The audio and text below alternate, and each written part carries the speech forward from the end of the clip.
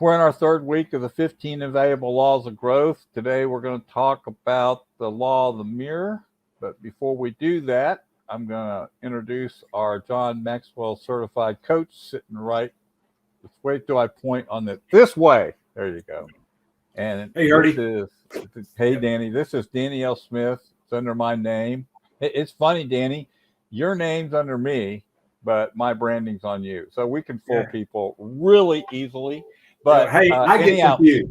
Introduce yourself again, because every time we come on, we're going to bring new people in, right? So go ahead and tell us a little bit about yourself and why I have you on here as a John Maxwell certified coach. Well, I'm Danny Smith. I own a training company called partner training company called Impact Leadership, and where we train. Because I'm also in the mortgage business, almost 40 years. This is my 40th year. Most of our clients are realtors, but we have about 100 non-realtors go through our live classes last year. Herdy, of course, you're one of our instructors. Appreciate you being there. Appreciate being here. Well, listen, thanks for being on. And guys, we have already covered well, first of all, let me say this. If you're an avid reader, or even if you're not an avid reader, I'm going to tell you right now, we highlight some things. But if you really want to benefit from this book, go buy the 15 Invaluable Laws of Growth by John C. Maxwell. Put it in your library and have it on the forefront of your book stack, because I'm telling you, it never gets old. And Danny will attest to that, because I'm going to go right down his alley today on some things. So, Danny, before we get into the law of the mirror, I'm going to read some things like we always do to begin it, right from the book, right? Take me about 5 or 6 minutes, and then we're going to dive into which ones you want to pick on, okay? And that's up to you. Fair enough? Sounds good. All right. So what is the law of the mirror? I'm just going to read it right off my notes. The law of the mirror. You must see value in yourself to add value to yourself. Pretty powerful statement. Now, I'm going to read a paragraph right from the book, and this is straight what John C. Maxwell says right in paragraph 1. So why do many people fail to grow and reach their potential? He's concluded that the main reasons is low self-esteem. Imagine that. Many people don't believe in themselves. They don't see the possibilities that God put in them. And I love this statement, Danny. They possess 100 acres of possibilities. That's a great word picture, right? Yet they never cultivate them, because they are convinced that they won't be able to learn, grow, and blossom into something wonderful. So, Herdyism on this, Herdyism, you like that? I need to bring more that's of a those new word. That's a new word. Herdyisms. I call this, and I have called this when I've done the work, and we've been through this together in one of your classes, right? Is I call this the growth mirror, right? And it's about self-esteem. So let's read a couple things, Danny. I'm going to read a couple things, and you're going to jump in and pick on a couple of these, okay? I want to give our audience, whoever's listening, and by the way, if you're not listening live, it's on archive, so don't panic if you're missing this one. Do you believe you have genuine value? That's a question. And then this one, Danny, I know you're going to pick on later. People are never able to outperform their self-image. So put that in your notes. Reserve it, because I'm going to read some more stuff. Hold on. So you're going to make me take notes. I can't do it. Okay, go ahead. That's one of your favorites, so hold on. All right. So how do we let's talk about the steps to build self-esteem. We can pick on any of these we want. This is why you need to buy the book. I'm going to run through them. You need to guard your self-talk. Number 1. What do you say to yourself? You ever driven by an exit, missed it, Danny? What did you say to yourself? Damn. What darn. an idiot. Okay, there you go. That's all I need to say. That's all you need to say. Stop comparing yourself to others. Look what that guy has across the street. I wish I could have one of those. Wish I could have that Harley that guy's got down the road, right? Stop it. I know, stop it. Move beyond your limiting beliefs. We could talk about the law of the lid here if you want to a little bit. That's one that comes to mind for me, Danny, that you've taught me in my coaching with you. Add value to others. Do the right thing, even if it's hard. Ooh, that's a hurtful one. In other words, if you need to apologize or take a moral check of your life and do the right thing, sometimes it's hard. Practice a small discipline daily in a very specific area of your life. In other words, and we've talked about this in Atomic Habits, and you can get more into this if you like. Celebrate small victories. How many of us give ourselves a pat on the back when something goes really well? Embrace a positive vision for your life based on what you value. Ooh, powerful.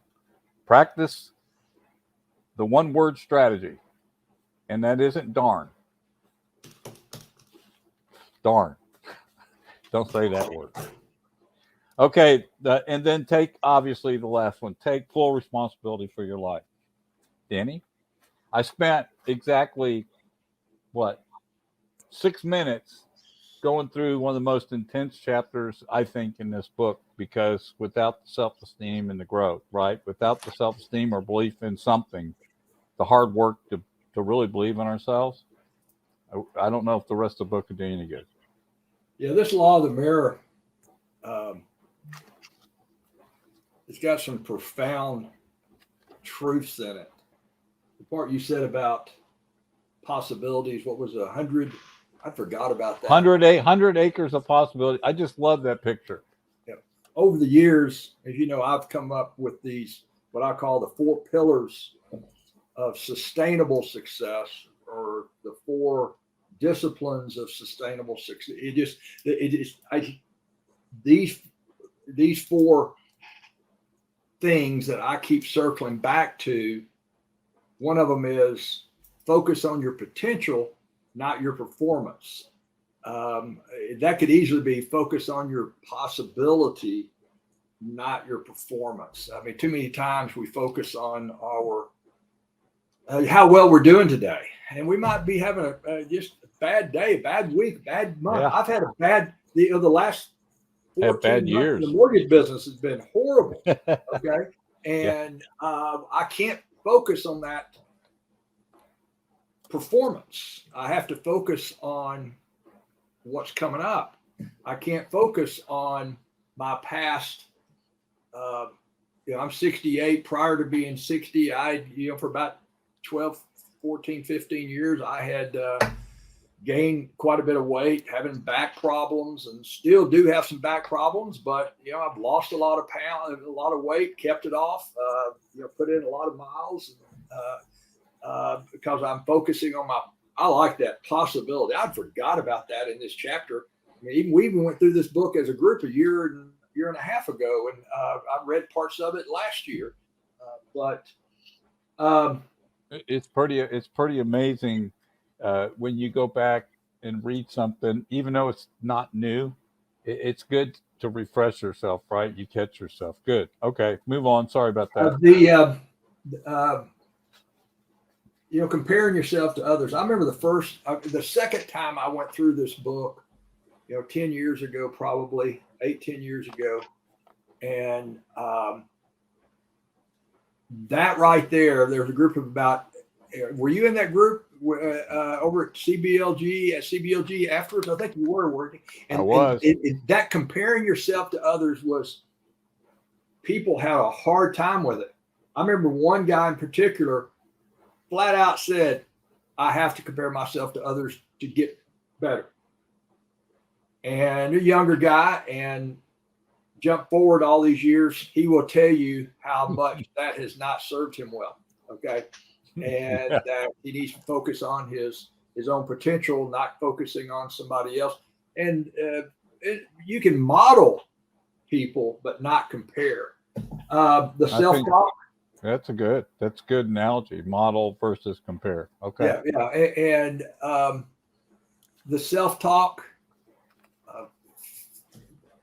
Second book my wife saw me buy 68 years ago. We weren't 68.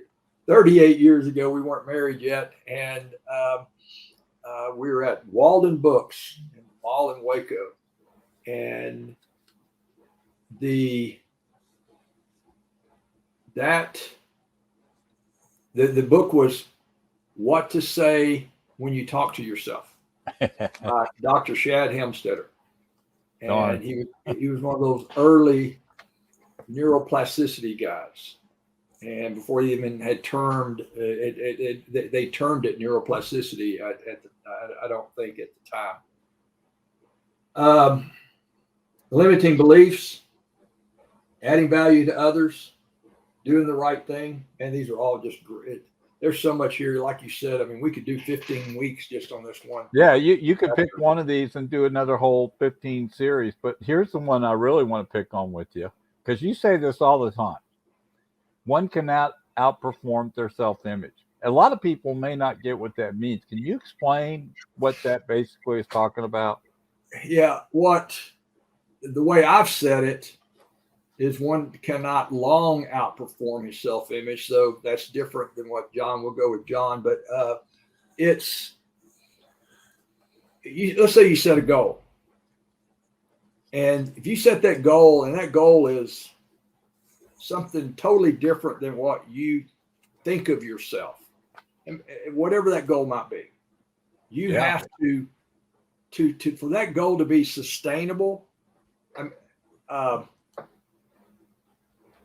you've got to change the image of yourself in relationship to that goal. It has to happen. You might consider, it's been said that the only difference between a person that makes $50,000 a year and $50,000 a month, is how they think. But it's the thinking. It has to do with, in part, their image. And there's no way somebody would ever make $50,000 a month, move from $50,000 a year to $50,000 a month without changing their image of themselves. There's no way somebody who's never run a marathon to run a marathon if they have an image of themselves not running it. You might obtain a goal, just drive forward and obtain some goal. But if you don't see yourself, in the mirror achieving that goal time after time, you're going to fall back. You're going to have to start all over again. That makes sense. So because here's I think another critical key you can comment on. So how many people never see value in themselves to begin this process, right? So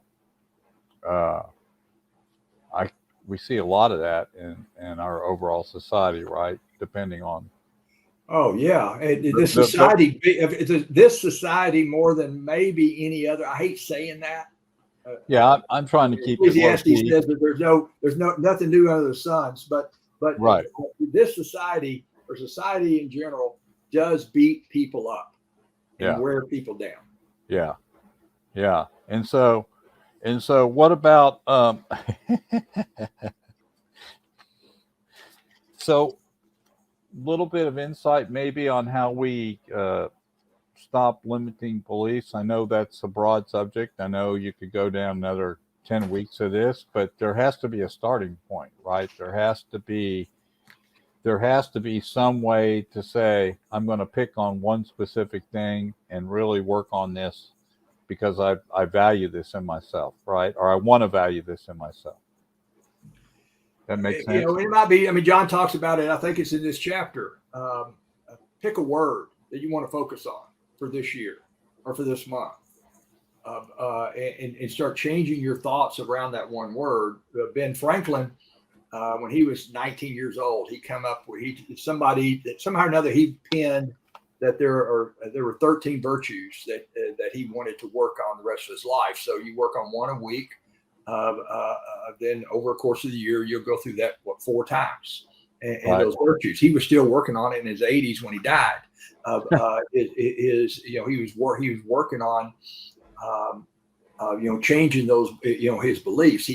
But you've got to change your subconscious. There's a difference in goal achieving and goal setting. Goal setting is in and of itself, by itself, without focusing on the goal achieving part, is limiting beliefs, because you set goals in your consciousness, you achieve goals in your subconsciousness, and that's where the action and results come from.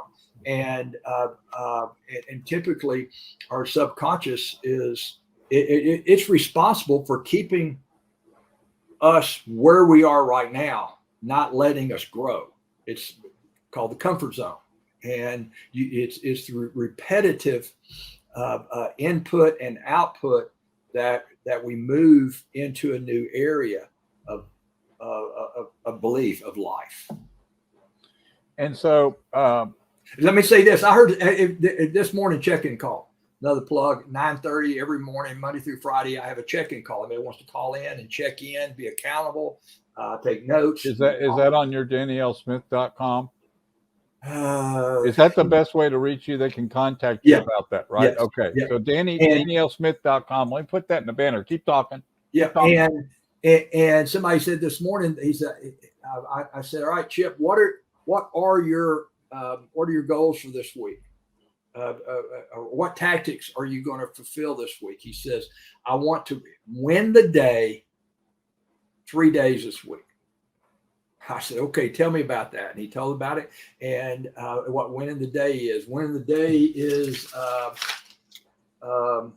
send out 3 note cards, make 5 phone calls, and add 1 new person. That's per day to his database. He said, I do that. I win the day. I'm going to win the week. I'm going to win the year. And I love that. It's a step process. And we have a few more minutes. So let's talk a little bit about the self-limiting that we do to ourselves. And me and you spend a lot of time, and you spend a lot of time teaching at one of the classes I've been in with you about lifting the lid, right? That there's this lid placed on us that somehow or another we stay at this certain level, and then we never jump out. So the lid's sitting over us and we don't even know it. Right? That's part of it's that awareness thing we discussed last week. So lifting the lid. Yeah. How does that appeal? How does that relate to self-esteem? Well, lifting the lid, that's the ceiling is we put lids on what we believe. All right. My lid was a year ago that I could not average more than 20 minute miles. And I just said, I can't do it. I've tried. Now, 18-minute miles. I mean, walking, I'm just talking about walking, it's pure walking. But I put a lid on myself for about 3 years around that 20. But we put lids on ourselves by how we think, what we say to ourselves, back to what you say when you talk to yourself. All of that is, we put lids by having unhealthy eating habits, all right, and not making those changes. Gotcha. We put lids on ourselves, by staying in ruts. I learned to drive on some gravel roads up in Arkansas, and my goodness, if after a rain, those gravel roads would have these ruts in it, and it was hard to you start getting out of that rut, and it throw you back into it. And I would say to kickstart your brain a little bit, you might, for those listening in or coming back on the on-demand side of this, if you'll get a little piece of paper or even go buy a little small journal book, just write, am I limiting myself, and how so? And just let that flow. Then answer what else. And right. If you answer it that time, say what else. And you answer it the next time, say what else. And just keep the question open in your mind. You'll get up during the middle of the night, go to the bathroom, and a new answer will come to you. As long as you keep a question open in your mind, your mind's working to answer it, and just keep asking what else. So let me post a comment here real quick. Look what somebody posted. I need to break the lid off me. Hey, we all do. Amen. Yep.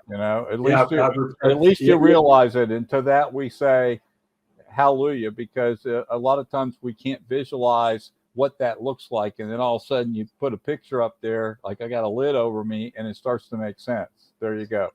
Yeah. We'll tell them to contact me, and I'll Right. send them Let me put that back up, because the important thing here is Danny's got a very extensive blog on DL Smith. It's kind of Danny L. Smith. It's kind of like a blog combination website. You'll like it.